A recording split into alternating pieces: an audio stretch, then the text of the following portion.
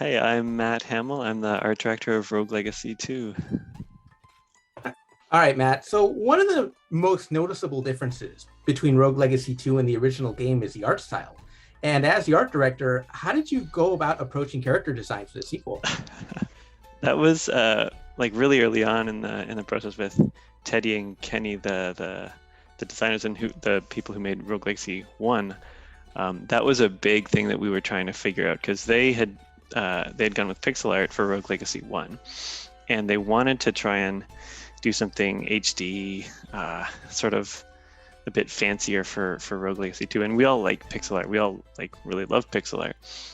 So it's sort of like you love something, but you also kind of want to try something new for the second game. It was a lot of drawing and a lot of discussing things back and forth. Part of the reason for making that switch to 2.5D or 3D or whatever you want to call it was really utilitarian, in that for the second game there's a bunch of classes and weapons and upgrades and stuff you can get for your character, and they really wanted to show that in the art of the game itself. And doing 2D art where you have to hand draw every frame, it doesn't lend itself to making a ton of versions of the same 2D animation. We have to redraw everything every time you put on a different hat, kind of thing. But 3D does lend itself to that, with character rigs that you can swap their outfits and stuff like that. Well, we all wanted to hang on to the sort of whimsy, quirky, cartoony, fun vibe of the first game, and trying to make it look a little bit hand-drawn, a little bit quirky, and have a personal touch to it. The style we ended up settling on was this 2.5D, where we were using the 3D but trying to keep it looking hand-drawn and handmade as much as possible. And then it was great because we actually got the animator Glauber from Rogue Legacy 1 to come back as a 3D animator on Rogue Legacy 2 and bring that same sort of personality into the character animations. So yeah, that was how we ended up on that style. As to the character designs, it started with the player. That was the first character we worked on for sure, and it had a lot of iterations and sketches and drawings. But when we settled on this sort of basic sort of the version of the player from Rogue Legacy 1 translated into this new style, that was sort of our touchstone, and we went from that, and then everything was sort of taken from that and stretched out and processed and made all spooky for the bosses. But sort of the core of it was the player, and then everything else was sort of designed in reference to the player. So I want to ask how you envision bosses. And one criticism that I heard about the original game was that the bosses in the original Rogue Legacy were just basically larger versions of standard enemies. And here in the sequel, they look unique. They have a distinct design to them. So what was your approach to crafting those bosses from a visual standpoint? Well, it would start off, every boss, I'd get a big document from Teddy, the designer, and it would be like this big written document with references and, okay, it's this fallen warrior who's really wounded and they're sad and they're old and here I can find the document, and maybe I can start doing some screen share. Okay, so this is the document for the first boss. In the final game, he's called Lamech, but in this one, he's called Hosen. So you can see that this was all very in flux. We've got Teddy's assembled a bunch of other sort of references from other artists and other games and stuff. It's all these documents, descriptions. Here he is, the size compared to the player, music references, some idea about what the entrance will look like. The boss room should have a broken throne in the center. Swords are lodged in it. It's heavily damaged, but it towers above the room. The amount of bodies that were at the entrance is completely dwarfed by the piles of bodies in this room. And then we go into all the attacks and everything he's got to do. So I read this document and discuss it with Teddy, and then I start talking about what the character could look like. Animations, these are animations. I'm trying to switch now. Yeah, I love this part of the process, like finding out what something's going to be. It's a lot of fun, and it's cool to do it from the safety of looking back at it all now that the game's out and it's finished, and it sort of came together at the time, especially when we were first making the decision, okay, let's move away from pixel art for this one, let's try something different, because the first one had a lot of fans, and to change something that's so core to the game, you get kind of nervous, and you want to do it justice, and it's scary. So at this point, when we were doing this stuff, making it, it wasn't so sure. Like, we're like, is it this? Is it going to have this look? Is it going to come together? It's easier to do it now, and I can be like, oh yeah, that was funny when we were going to go in that other direction. Oh yeah. Anyway, these are some of the sketches of the first boss. So this is after reading that document and chatting with Teddy about it. I sit down and I start sketching stuff out. So, okay, well, hunched over, cape, swords. You can see this one with the green circle. That's one we went with, but there were these other versions down here too. Is he crawling? Does he crawl on the ground? Does he wear, what kind of mask does he wear? Maybe it's a different look. Maybe there's some, like, he's a hunter. Are there skins he's wearing? Yeah, so F there makes him look like, he's a hunter, like he's a beastmaster, kind of like. Yeah. Like, how did you ultimately decide on the design that you went with as opposed to some of these other designs? Like, I see the beastmaster design, I see like the different cape, and I see the different helmet, and like, how did you ultimately decide on what you did? In the end, it's really a gut feeling, both for myself. Like, I'll usually have, like, when me and Teddy go back and forth, I'll usually have one or two that I'm like, I lean towards these two, but Teddy will have the story in his head. And at this point, like, I don't know the story of the game. This is from 2 years ago, and the story is still taking shape. And Teddy will have a vision in his head of the characters, how the character fits into the story and his personality. And so we go back and forth and just talk and see which ones resonate.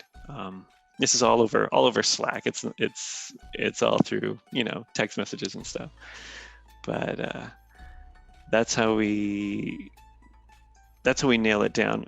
When we were debating between these two, we both love this cape. I don't know, capes are cool, I guess. It makes him look more imposing and have more mass, even though he's a skinny character. It makes him, have a little more body to him, and it also can help clarify the hitbox sometimes. But capes are really hard to do in 3D, and since we're using a 3D pipeline, there was some, we weren't sure how to approach the cape. We ended up being able to figure out a way to do the cape, so that was good. Because it looks cooler with the cape, right? Yeah, and I can imagine the cape was really hard to nail down, because this boss jumps around. Like, he gets all across the arena, and you have to make sure that the cape is flowing and that it doesn't look silly or anything. Yeah, and that was a big deal. And also to have it, the other important thing is when he's on the ground and he's hunched over, it's got a drag on the ground down here. And that was like just one of those little technical details that seems totally minor, but it's hard to figure out a way to do it. I can skip over now to the 3D, because once we get the drawing, then it starts going into 3D. Now, one thing that I like that you managed to keep was the battle-worn detail. Like, the fact that he's got a bunch of weapons sticking out of his back. Like, was that something that you decided on before you got the story details from Teddy, or was that like... That was something that Teddy had from, like, day one. He was like, this guy's got swords and arrows in him. He's been through a lot. He's had some rough times. So starting to model the character in 3D, basically the process is, well, it started with, you can see that this character started by copying the player and stretching him out, being like, okay, so what can I reuse? What can you copy from from another character to save time. It's just we're a small team, so we're always trying to be efficient. If I can steal arms and legs from another character, I will totally do that. And starting to build out the rig. Oh, this rig's not connected, but always with the drawing to compare against. This is like the first version, like the first day of work on this boss.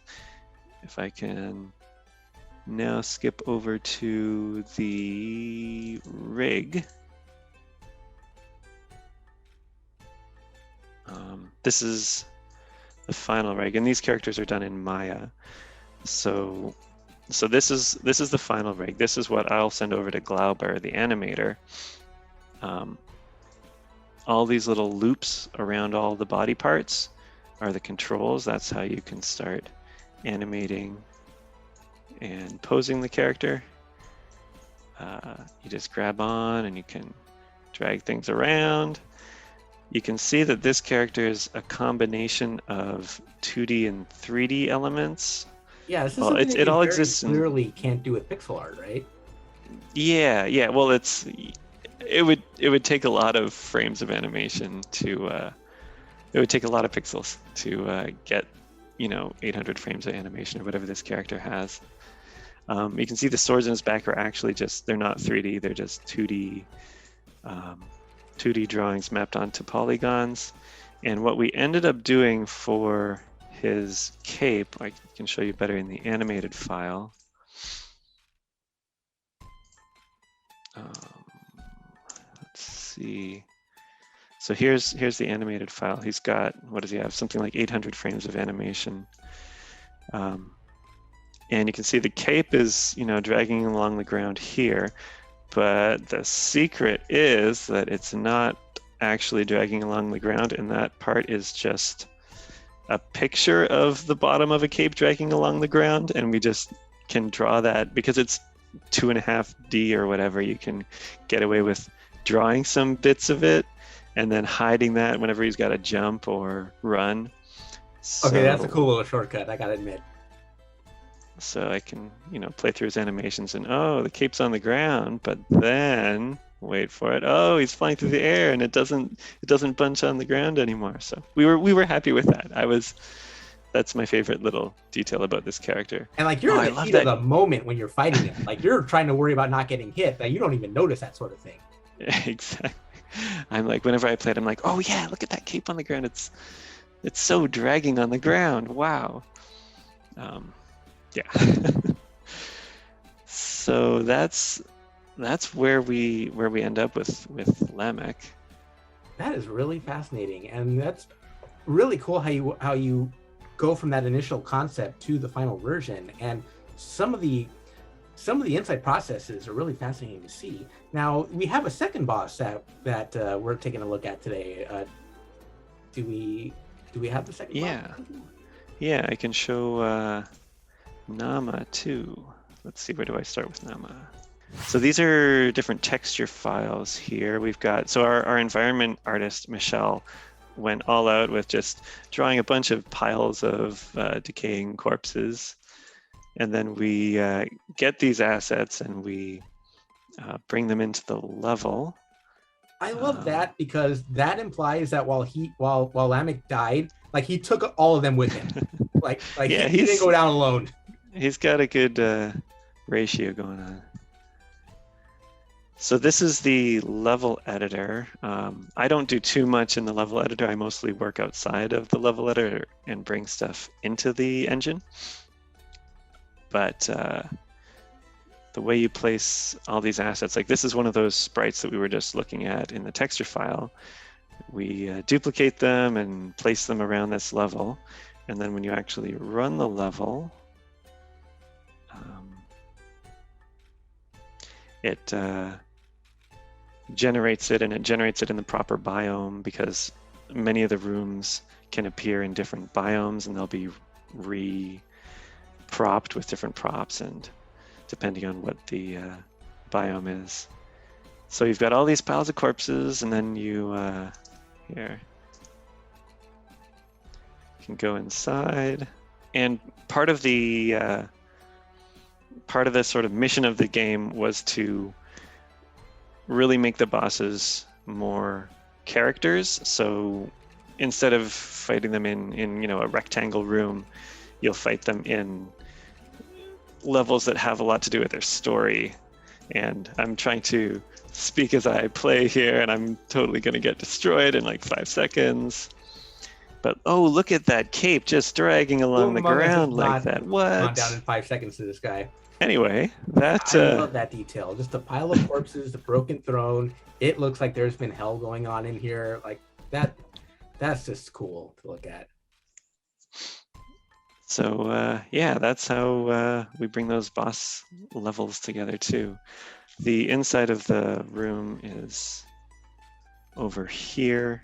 So this is what, again, it looks like in the level editor. It sort of looks wonky and miscolored, but when it loads all the assets in game, it applies the right coloring and lighting and everything. Yeah, so Nama I can show now. Let's go back to the beginning with Nama here. So again, it starts with a document, and this is from Teddy, Dancing Boss, Estuary Nama, the Lady of the Flower. We've got some references. She's this character is kind of in mourning because all her people in her country have tragically starved to death in her backstory. So she's sad, and she likes plants. She's in charge of the gardening and the farming in the kingdom in her story. So we've got plant motifs, we've got a veil, we've got her size, figuring out her size. These are references for the greenhouse that we find her in, and we have to do some stuff in the biome to break into the greenhouse, and then we battle her. But this is all this stuff in the document is just to kind of get a feeling of the character, and figure out ways to approach. And that's interesting that you mentioned the biomes, because that's something that this game had that the original didn't, is that it has different biomes, and the biomes feed into the character design from what I'm gathering. Yeah, they're developed so that they can hopefully fit together and make sense in the story, and have a good sort of vibe together. Other references for plants and flowers, and then her move list.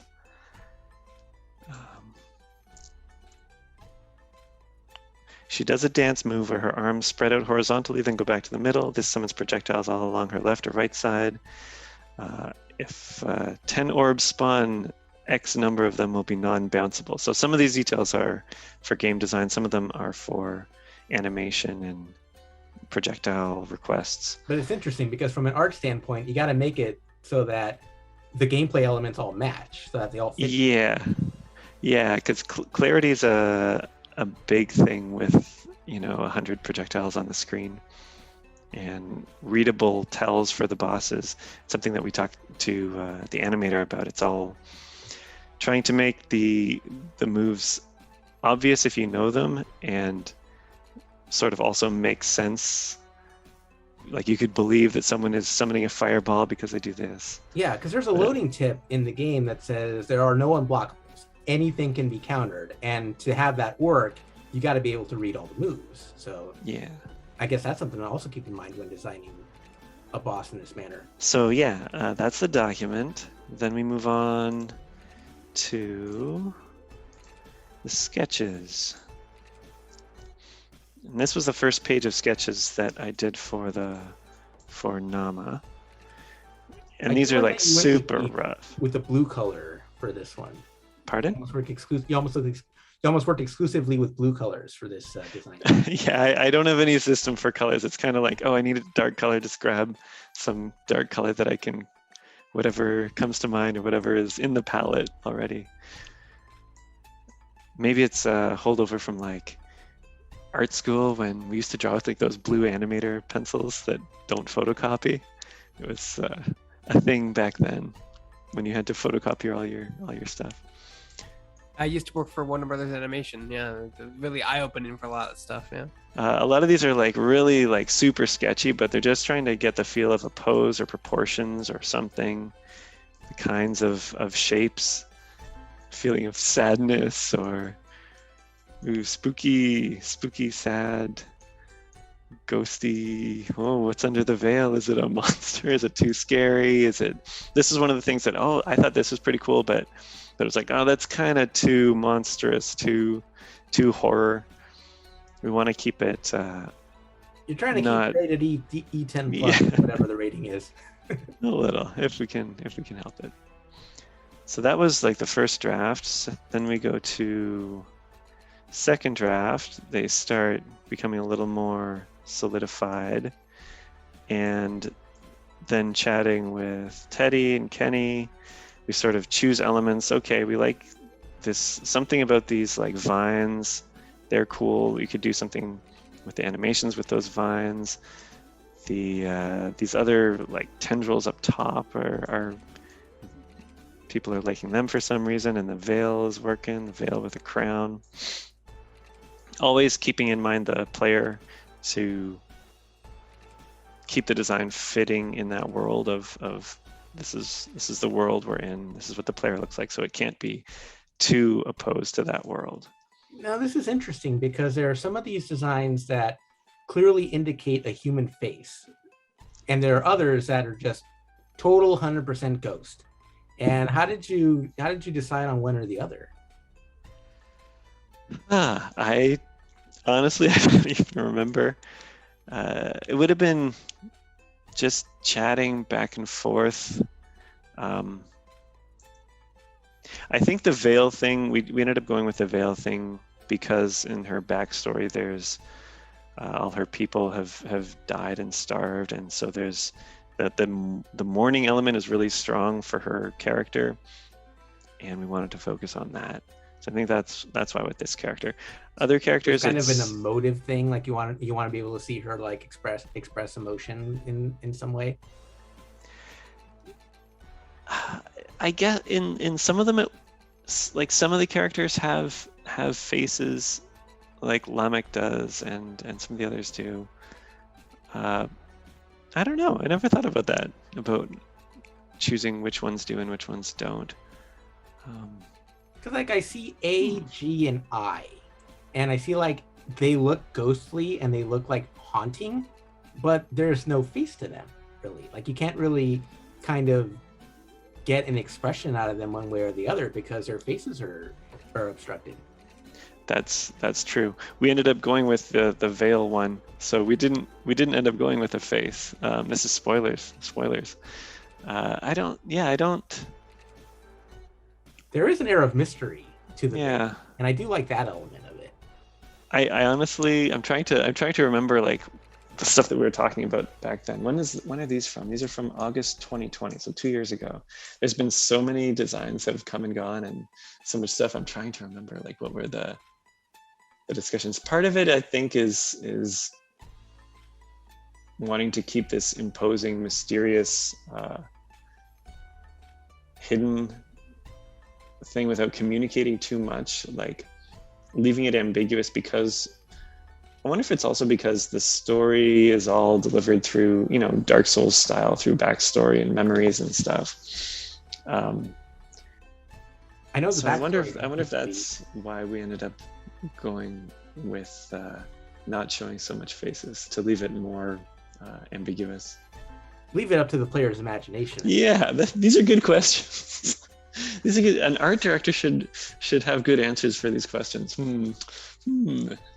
Just because I'm curious, did you ever mess around with the veil, like maybe hitting like a nose, like you can still see like a shape of the face underneath the veil, like draping over it, and maybe into the eye sockets if there's no eyes, that kind of stuff? Yeah, like I thought like that would have been the idea with eye here, but that with eye, yeah, eyes. Well, eyes and mask. We played with these ones a little bit with sort of masquerade mask where only part of the face is covered.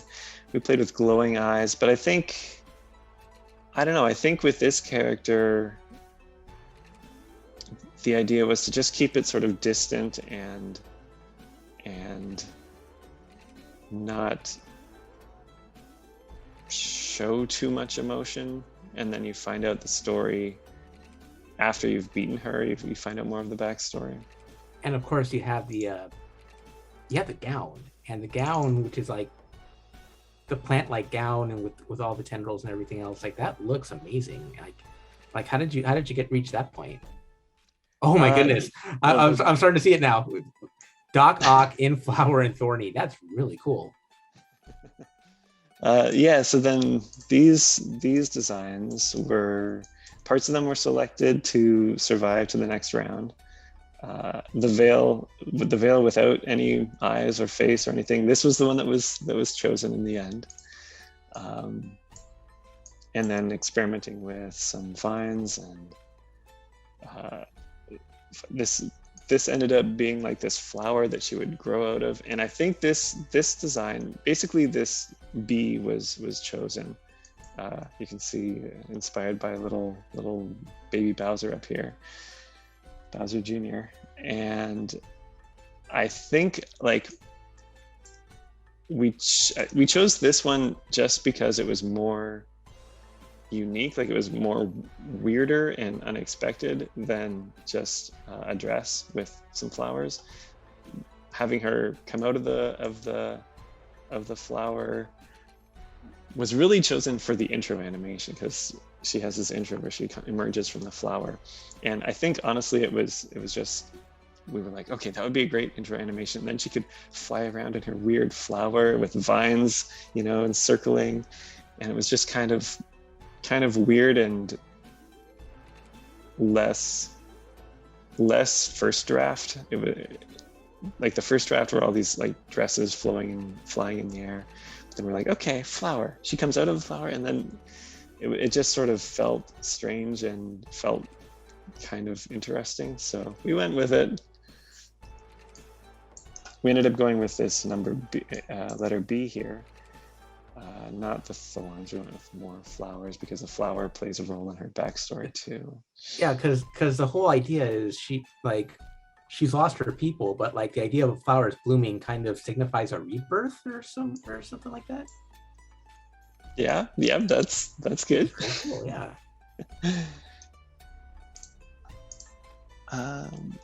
And then we would go on to 3D. Let me find 3D here. So this is an early model of that boss. You can see, just comparing it, this is comparing it to the model of the first boss, starting to model the second boss. And one of the things that's always tricky when you're doing 3D models that are trying to look like drawings is when you're modeling it, you're kind of often working in low poly, going to high poly, going back and forth, and trying to do something that's going to maintain a feel of a drawing by the time you get to the end of it. And it's just a lot of iteration and looking at it from the final camera angle. And eventually we get to the rig for the character. So this is her. Spoiler, she's got all these vines, and all the vines can be animated. It's similar to the other character. All these little handles are how we animate the character. So we grab on to joints, position joints, keyframe it, and move on to the next frame. In a standard 3D pipeline, the way animation works is you'll keyframe here and you'll set another keyframe here, and then the software will interpolate between those frames, so add a smooth motion from frame to frame. But because we're trying to keep it feeling handmade in 2D, we went with stepped keyframes, which means it's like a keyframe here and then it immediately jumps to a frame over here without the in-between frames. It gives it a choppier feel, but a little more 2D and a little more hand placed. Like it's not even quite about trying to make it look like it actually is a drawing. Like these are 3D models, and you can tell that in game they're 3D models, they might have a bit of lighting on them. You can sort of tell by the way they move. But by sticking to this limited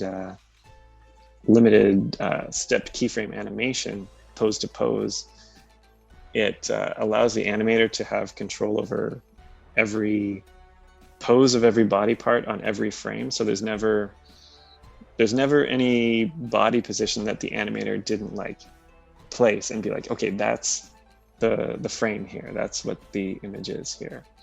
So you lose some smoothness, but you gain hand placed control over what the frames look like.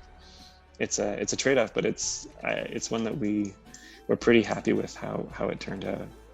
Yeah, it looks amazing. And it also lends itself, that approach also lends itself well to communicating the state of a character, like whether they're attacking, like which frame does the attack actually begin on, which frame are you doing damage on, because there's no in-betweens. It's like you're either raising your sword back or the sword's out, and so you know exactly which frame the damage starts on. So it lends itself to communicating state pretty well. Yeah, and again, everybody's attack has to be readable. So like, yeah, really interesting to see like how you can kind of read like where the attack is coming from, like how to prepare for it, all that sort of thing. Yeah, totally. So she's got a lot of flower controls. You can grow these flowers in and out. If I show you the animated version, you can see some of what we eventually did with that.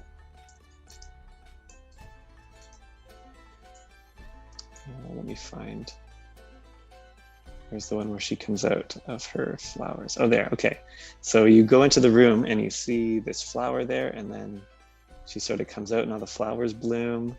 And that was sort of our reason for doing all this with the character. We're like, oh, that'd be so cool. And everything else sort of flowed from that. So these are Glauber's animations of her. And her dancing and various attacks, like, oh, the projectiles are going that way, they're going this way.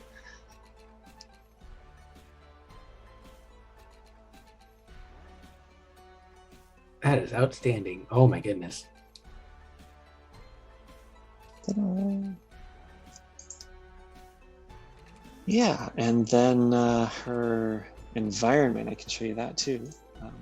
We've got, so these are Michelle Ang, our environment artist again. These are some designs for her conservatory. And I don't have all the roughs, but like this building would go through a similar process to the boss drawings where it starts with roughs and we're like, okay, should it be like this? Should it be like this? Where's some photo reference? And you iterate on it a few times and you come up with these assets. And then you go into Unity and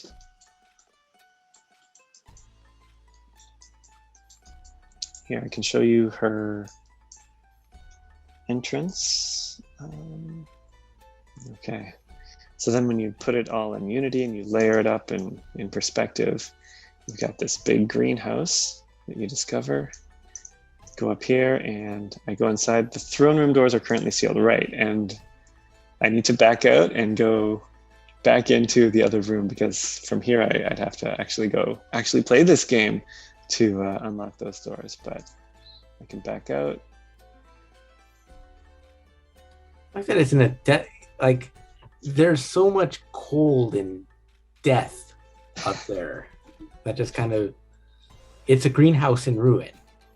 Yeah, that's definitely the pitch. She comes out, and then she's going to do her moves and absolutely destroy me.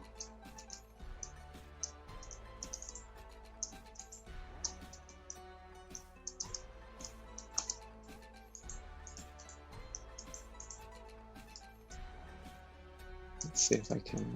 Now, in contrast to the previous boss, this one doesn't look so much like there's been a giant fight, but it looks like it's desolate and it's over, and everything just is overgrown, and there's nobody left to really care for the greenhouse. That's exactly the pitch and the backstory and what we're trying to communicate. Yeah. With everything. Oh. So all these assets, like if I pause it, so all these assets, these plants and spikes and logs in the background here. So these are all drawn separately by our environment artist, and then we assemble them in the editor and place them forward and backward in perspective to fill out the room. And it probably goes through, so it goes through, Teddy will do the initial level layout, and then it'll go to, then we'll build the boss and get the boss in there. I think Benny would probably do a pass on props. Michelle would do environment assets. Me and Glauber would do the boss modeling. So, and then I'd do another pass at the end for colors and post-processing and atmospheric snow and fog and stuff. So how many people is that? Like 6 people? This just like the room will pass between 6 people. And I mean, in AAA games, you know, hundreds of people will have their hands on a given area. But for this, a few for you guys, which makes this remarkable. Yeah, it still feels like really a collaboration between all the team members. It's not like it's one person's. This area is like, oh, this is one person's room. So many of us have had our fingerprints on it. So it's kind of neat to play it and see it all come together and more or less work. So yeah, I think that's all I have in terms of bosses. Is there anything else you guys are curious about? That's really, all of that is so fascinating. The way you were able to not just put all the bosses together, but make them fit the biomes and make them fit the story that they're telling. Because from the impression that I got, you basically get story details and you craft the boss from there, and then you just keep hammering and just keep narrowing things down until you get a final version. And I guess you actually did answer my last question, which is, what story do the visual designs of these characters tell about the Rogue Legacy 2 narrative as a whole? And I think part of the answer is, you mentioned it, there's a bit of a Dark Souls inspiration to this. Yeah, it's hard to escape the souls. It's the way the winds are blowing. Rogue Legacy 2 is available now on PC, and whether it comes to any platforms later on, well, we'll wait and see. But for right now, you can pick it up on Steam and the Epic Game Store. Matt, thank you so much, and this is a really great time, and stay tuned for more from Shacknews E6. Thanks for having me. This was fun.